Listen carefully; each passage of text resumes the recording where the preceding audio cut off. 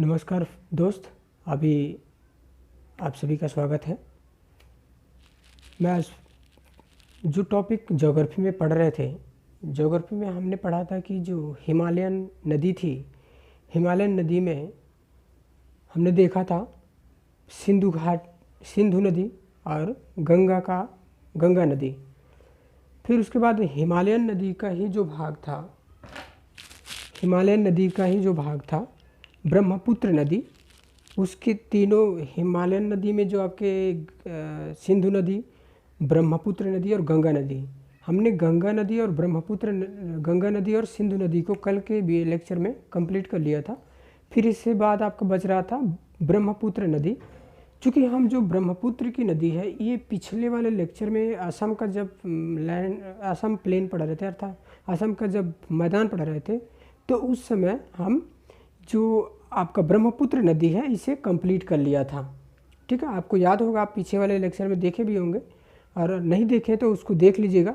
क्योंकि यहाँ पर आपको ब्रह्मपुत्र रिवर सिस्टम है, वो यहाँ पर फिर दोबारा नहीं उसको यहाँ पर पढ़ाएंगे, क्योंकि एक बार पढ़ चुके हैं हम।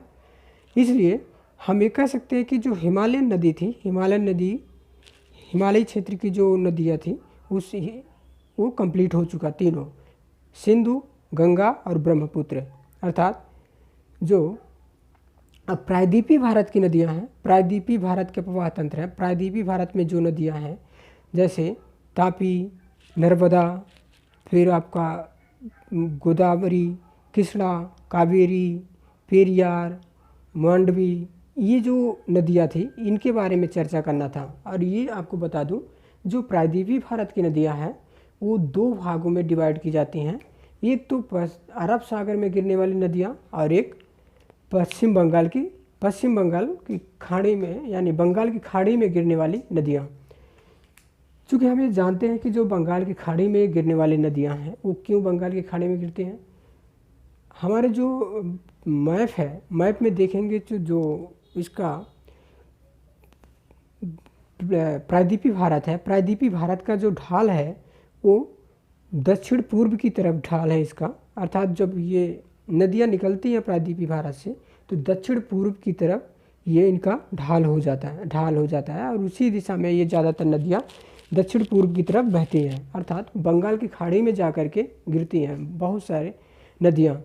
और कुछ जैसे आपको कावेरी हुई, फिर आपका कृष्णा नदी हुई, गोदावरी नदी हुई, ये सब प्रायद्वीपीय भारत की नदियाँ, प्रायद्वीपीय भारत से निकले, अर्थात पश्चिमी घाट से निकलने वाली नदियाँ जो पूर्वी घाट में जा कर के मिल जाती हैं, पूर्वी घाट से होते हुए बंगाल की खाड़ी में जा कर के मिल जाती हैं। और कुछ अपवाद स्वरूप नदियाँ हैं जो पश्चिमी घाट से, प्रायद्वीपीय भारत से निकलती हैं, लेकिन वो जा कर के अरब सागर में मिलती हैं। ये इनका मुख्य रीज़न ये माना जाता है कि जो तापी है, नर्मदा और तापी नदी है, ये नदियाँ प्रायद्वीपीय भारत से निकलती हैं, लेकिन ये जाकर के अरब सागर में मिलती हैं। इनका मेन रीज़न इनके भ्रंश घाटी से बहने का कारण मान सकते हैं, क्योंकि ये जो नदियाँ हैं दोनों, ये भ्रंश घाटी से होकर के बहती हैं। भ्रंश घाटी वो है जो एक तरीके से कह सकते हैं कि बहुत गहराई में खोद करके, बहुत गहराई से होते हुए अपने मार्ग को बनाते हुए जाती हैं, इसलिए ये अरब सागर में जा कर के गिरती हैं। और जो प्रायद्वीपीय भारत की नदियां हैं उनकी कुछ विशेषताएं अपनी कुछ उनकी विशेषताएं हैं।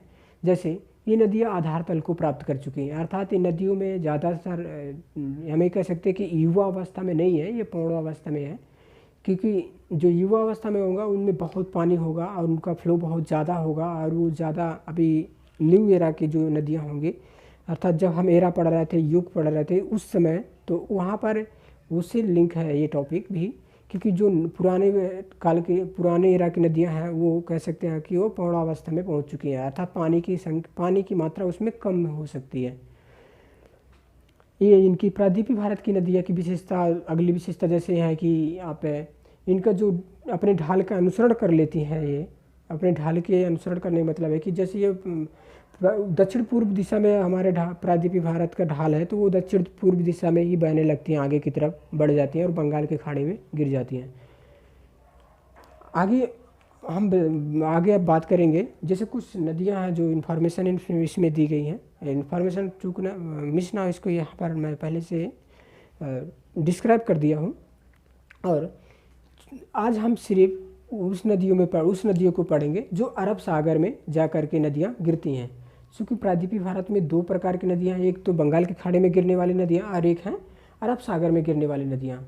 तो जो आज हम जो पढ़ेंगे अरब सागर में गिरने वाली जो नदियाँ हैं, जैसे नर्मदा हुई, तापी हुई, साबरमती हुई, पेरियार हुई, मांडवी नदी हुई, ये अरब सागर में गिरती हैं। और इनकी अपनी एक विशेषता है, इनके बारे में जानते हैं। जैसे पर्सनली नर्मदा के बारे में, नर्मदा कहाँ से निकलती है, इनका उद्गम कहाँ से होता है, कहाँ से आकर के मिलती है, इनकी सहायक नदियाँ क्या हैं और ये कैसे कैसे होकर के बहती है, इस बारे में जानते हैं। जैसे नर्मदा है, नर्मदा का जो उद्गम स्थल है अमरकंटक जो है, अमरकंटक आपके एमपी में है, एमपी के अमरकंटक पर्वत है, पर्वत श्रृंखला है, वहाँ से ये निकलती है नर्मदा नदी। अमरकंटक से निकलती है तो इसकी जो बाएं साइड में है, यानी इसके दाएं साइड में विंध्यन पर्वत है और इसके दाएं साइड में सतपुरा पर्वत है।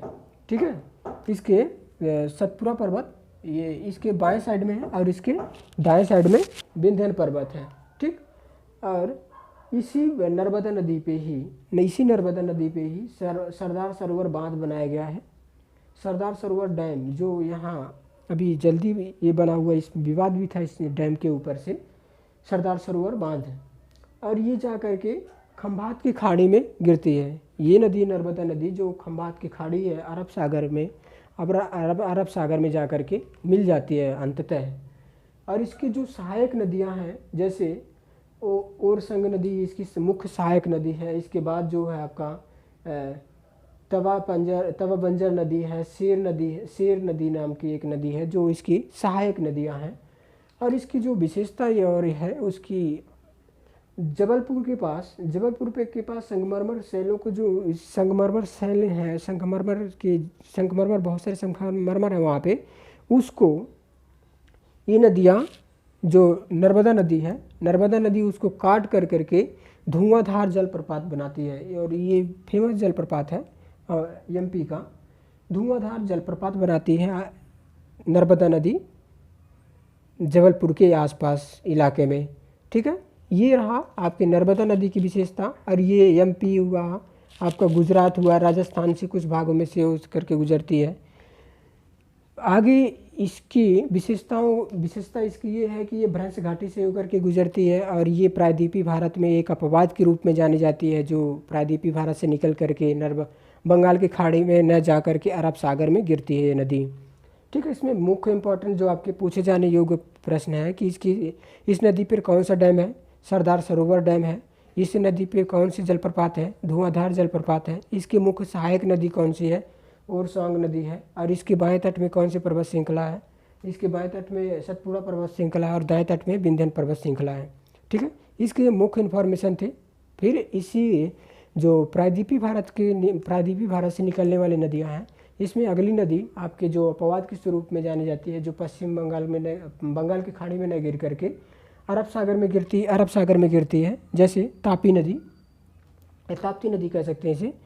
ये जो ताप्ती नदी है मुल्ताई से निकलती है, जो एमपी का भाग है। बैतूल जिला है, बैतूल जिला सतपुरा पहाड़ी के आसपास के इलाके में है। सतपुरा पहाड़ी जो आपके एमपी महाराष्ट्र वाला हिस्सा है, यहाँ से ये निकल करके आपकी मध्य प्रदेश, गुजरात, महाराष्ट्र से होते हुए ये फिर जा कर के खंभात की खाड़ी में मिल जाती है, अर्थात अरब सागर में जा कर के मिल जाती है। इसकी जो मुख्य विशेषता ये है कि इस पे सूरज शहर भी बसा है, सूरज शहर इस पे बसा हुआ है। और इसके जो मंगलाडा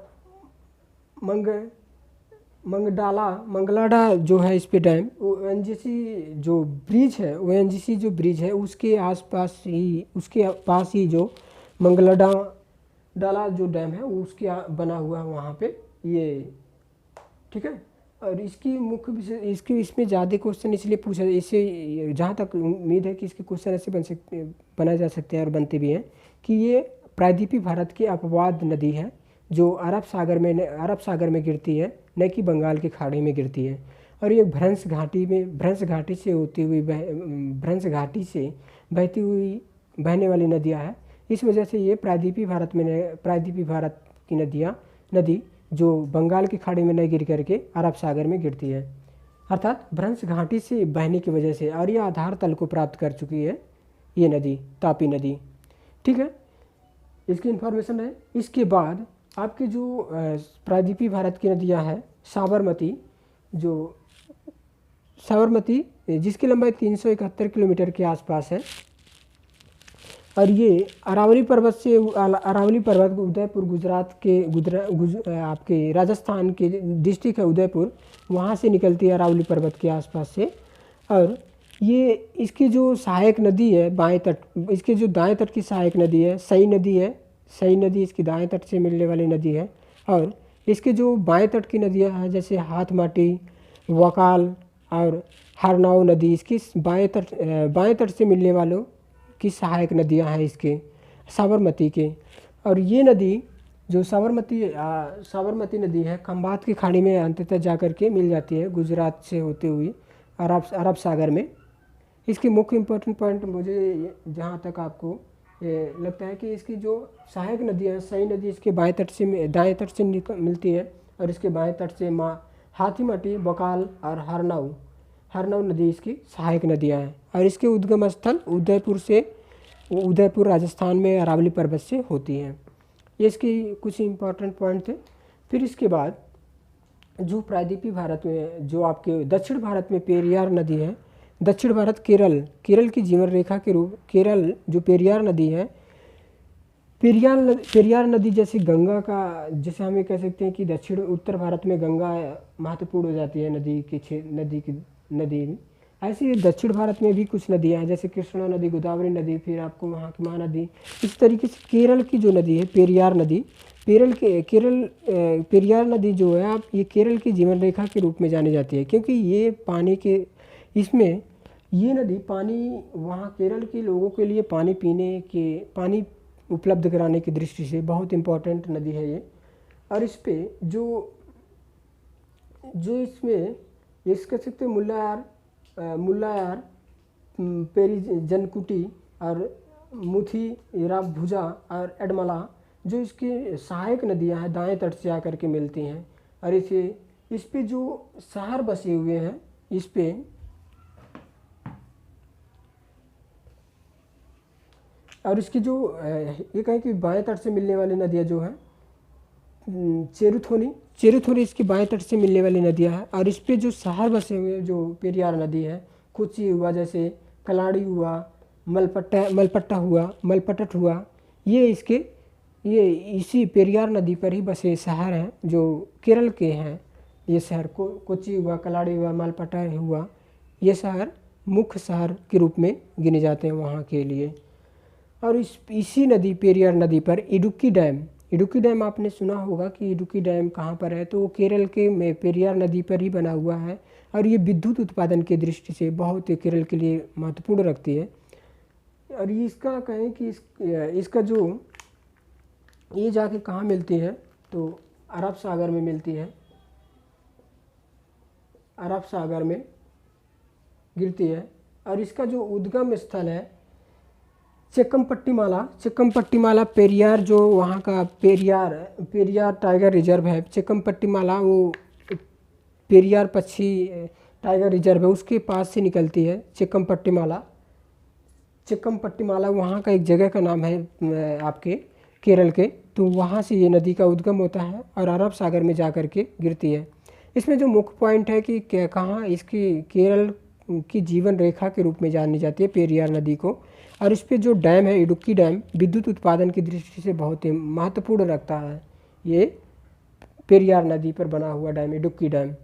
इसके बाद आपका जो दक्षिण भारत की नदी है और जो अरब सागर में गिरती है उसमें मांडवी नदी, ये नदी जो है इसका उद्गम स्थल पश्चिमी घाट के भीमगढ़ के आसपास से होती है, भीमगढ़ से होती है पेरियार नदी, मांडवी नदी।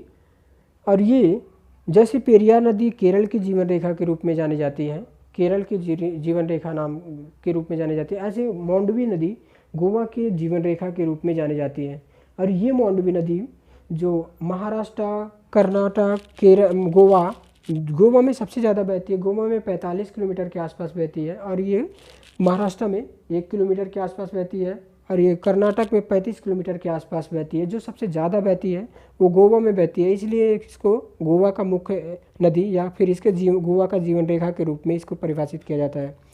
और इसकी जो सहायक नदियाँ हैं, जैसे मांडवी की जो सहायक नदी है, आपको ये जुआर नाम की एक नदी है। जो जुआर और मांडवी जो गोवा की मुख्य नदियां हैं, ये जिसमें मांडवी को वहाँ का जीवन रेखा कहा जाता है, और जो मांडवी की सहायक मुख्य नदी है जुआर नदी है, आपकी जुआर नदी उसे कहते हैं। और जुआर और गोवा का मांडवी नदी है, उसके मुहाने पर एक बसा हुआ पणजी, उसके मुहाने पर ही बसा पणजी है वहाँ गोवा का शहर। और इसके जो मांडवी नदी है, मांडवी नदी पर मीठे पानी के 3 द्वीप बसे हुए हैं, जो पूछा गया पिछले क्वेश्चन के रूप में। जो मीठे पानी के 3 द्वीप, जो जैसे दीवार है, चोराव है, बॉक्सिम है, ये तीनों द्वीप हैं। दीवार, चोराव, चोराव, बॉक्सिम, ये इसके मीठे पानी के द्वीप हैं, ठीक है। और ये जो सलीम अली पक्षी अभयारण्य है, सलीम अली पक्षी अभयारण्य, ये पक्षी अभयारण्य इसी चुराव वाले जगह पर ही इसको बनाया गया है। सलीम अली पक्षी अभयारण्य आप सुने होंगे कि पक्षी के क्षेत्र में बहुत अच्छे मतलब नामी गिरामी नाम था सलीम अली का, तो उन्हीं के नाम पर ये सलीम अली पक्षी अभयारण्य और नाम रखा गया है, ठीक। ये यहाँ का आपका बताया गया कि आपके जो अरब सागर में प्रायद्वीपीय भारत से निकलने वाली नदियाँ हैं, लेकिन वो अरब सागर में आकर के मिलती हैं।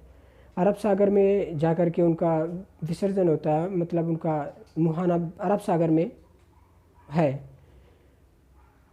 इसके बाद जो प्रायद्वीपीय भारत से निकलते हैं, लेकिन उनका जो मतलब मुहाना है वो डेल्टा बनाते हुए बंगाल की खाड़ी में गिरती है। वो इसके नेक्स्ट वाले वीडियो में लेक्चर में कंप्लीट होगा कि जो जैसे कृष्णा नदी, गोदावरी नदी, कावेरी नदी, ये जो 3-4 नदियां हैं, इन नदियों को अगले लेक्चर में इसको कंप्लीट करेंगे, क्योंकि ये जो अरब सागर का अलग पार्ट था और बंगाल की खाड़ी के बंगाल की खाड़ी में गिरने वाले के लिए अलग से लेक्चर लगाने होंगे उसके आपको, तब आपका जाके कंप्लीट होगा जो प्रायद्वीपीय भारत की नदियां हैं और हिमालय भारत की नदियां हैं।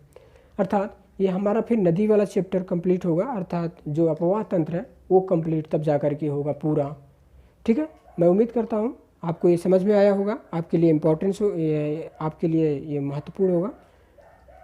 फिर यहीं पर समाप्त करते हैं। नमस्कार।